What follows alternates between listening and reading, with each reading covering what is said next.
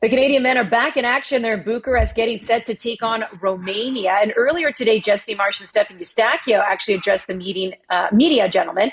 And some takeaways was Jesse Marsh said that St. Clair and Crépeau will each get a match. So we still don't really know who the front runner is when it comes to goalkeeping.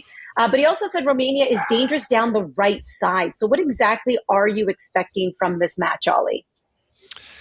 Yeah, the more I kind of think about this match and, do the pre-game research, I think Canada should win this game, to be honest with you. I think it's a game where they should be the superior team. I understand Canada's not at full strength. I understand that they're playing away from home in Europe. It's been a long time since they've won a European away game. But obviously these days we're talking about a different Canada, and I still think the quality on paper is certainly in Canada's favor. And there are some mitigating circumstances with Romania as well. They've got some players missing. Dragoshin of Tottenham, obviously still recovering from his ACL injury. Some prominent players like Hadji, Puskas, who haven't got clubs right now, so they've not been called into the group. And good a much names. Bigger game for very good names, Hadji and Puskas to put up front.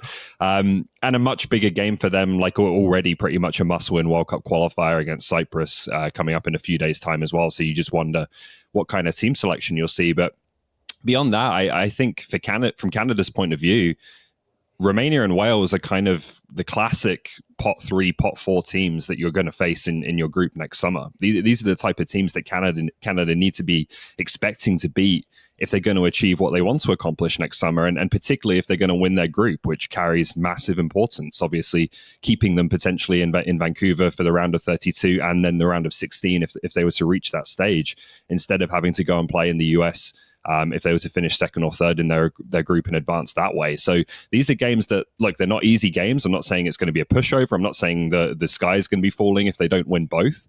But they're the type of opponents that if you want to accomplish what they hope to accomplish next summer, you've got to start beating them on a regular basis.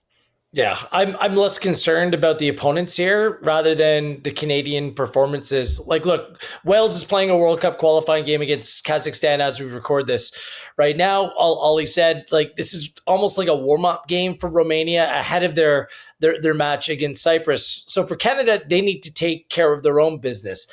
I think a win is exceptionally important. Getting back on the right track after a really disappointing summer.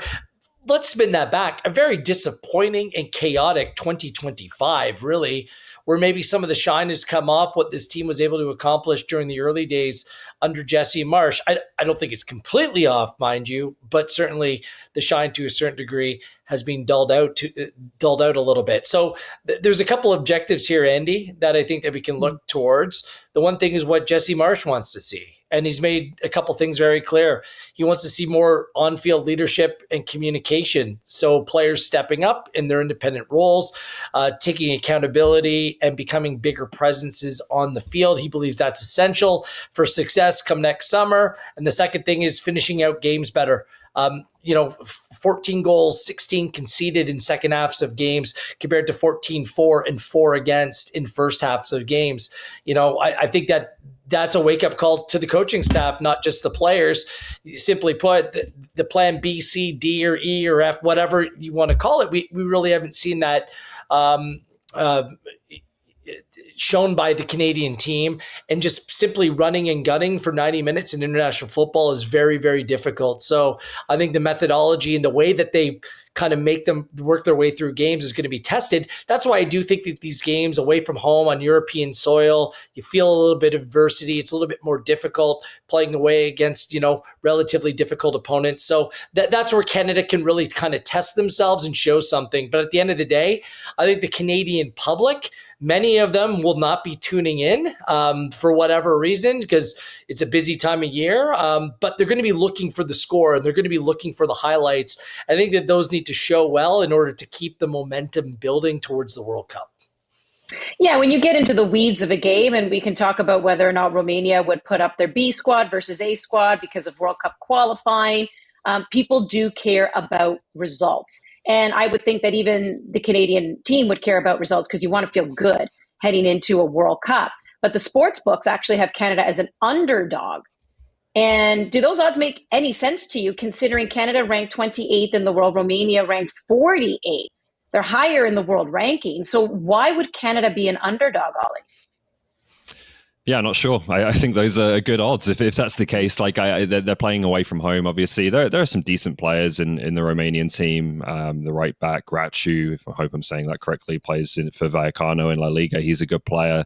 A couple of attacking players, Stanciu. Stanciu was playing against Jonathan David for Genoa just last weekend. So there's some talent in this team. I don't think it's going to be an easy game for Canada, but I do think we're in a place now where, again, even when I look at the absences for Canada, and the back line will be the big question mark given those absences, I still think there's more talent, more depth on the Canadian side, and just in terms of what these two teams look like on paper. So I'd hope and expect that Canada are going to be competitive and have a very good chance of winning this game.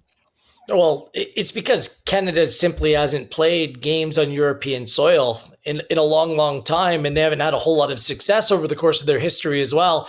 Last time they beat a European team on European soil, it was a neutral site game against Belarus in 2011, a 1-0 victory in Turkey. Before that, a 1-0 win in Cyprus in 2009. So, I mean, it's been a long time coming, right? And just the reference points simply aren't there. It's a weird window. It's a tough one to manage. If I was going to place a bet on the book, then perhaps Canada on the handicap at plus a quarter of a goal makes a lot of sense. That's way if it ends in a draw, which is somewhat likely in these friendlies, that then you win like half your stake.